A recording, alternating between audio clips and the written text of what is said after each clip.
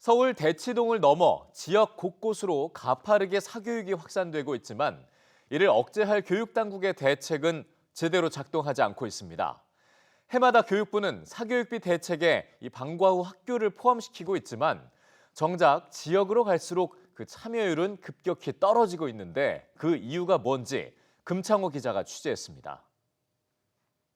지난 2010년 우리나라 초중고 사교육비 총액은 20조 9천억 원으로 전년도에 비해 7,500억 원가량 줄었습니다.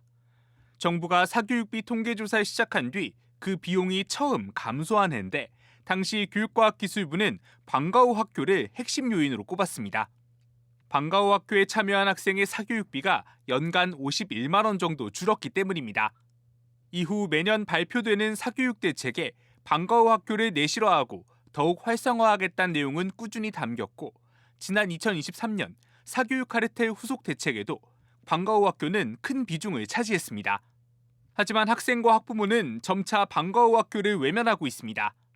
지난해 방과 후 학교 참여율은 36.8%로 그 수치가 가장 높았던 2013년에 비해 20%포인트 넘게 떨어졌습니다. 입시를 고려하지 않을 수 없는 중학교와 고등학교에서 그 낙폭이 더 큽니다. 의과대학 증원 발표 이후 공교육 대신 사교육으로 달려간 실태도 고스란히 드러납니다.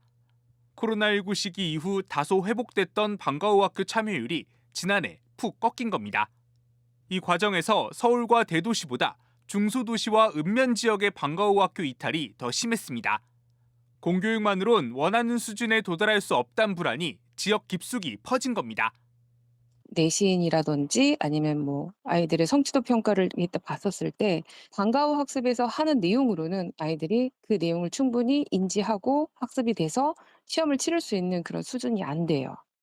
방과 후 학교 프로그램 구성이 학생 학부모의 수요와 동떨어져 있다는 인식도 많습니다. 특히 대학 입시에선 비수도권 지역으로 갈수록 수시에 집중하는 경향이 강하지만 이를 뒷받침할 프로그램이 적은 겁니다. 실제로 비수도권 지역 고등학교의 프로그램 편성 비율을 보면 수시서 활용 가능성이 있는 특기적성 프로그램 비중이 20%도 되지 않습니다. 수도권 지역 학교는 관련 프로그램 비중이 33%가량 되는 것과는 대조적입니다. 중학교에서도 비슷한 불만은 나옵니다.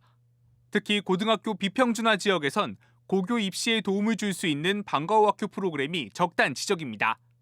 시군 대부분이 고교 비평준화인 경북의 경우 중학생의 방과 후 학교 참여율이 1년 사이 10%포인트 넘게 떨어졌습니다.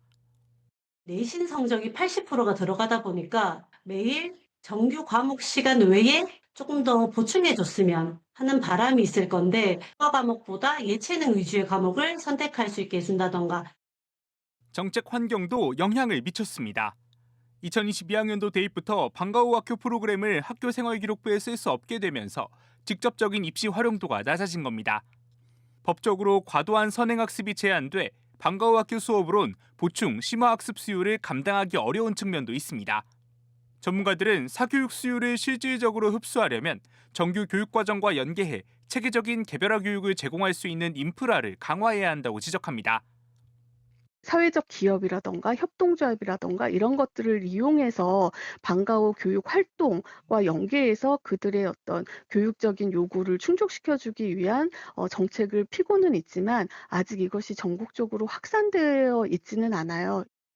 사교육 인프라가 부족해 공교육이 특히 더 중요한 읍면 지역은 교육당국이 지역사회와 협력해 변화하는 요구와 다양한 학습 수준에 맞춰 안정적인 지원을 제공할 필요가 있습니다. EBS 뉴스 금창우입니다.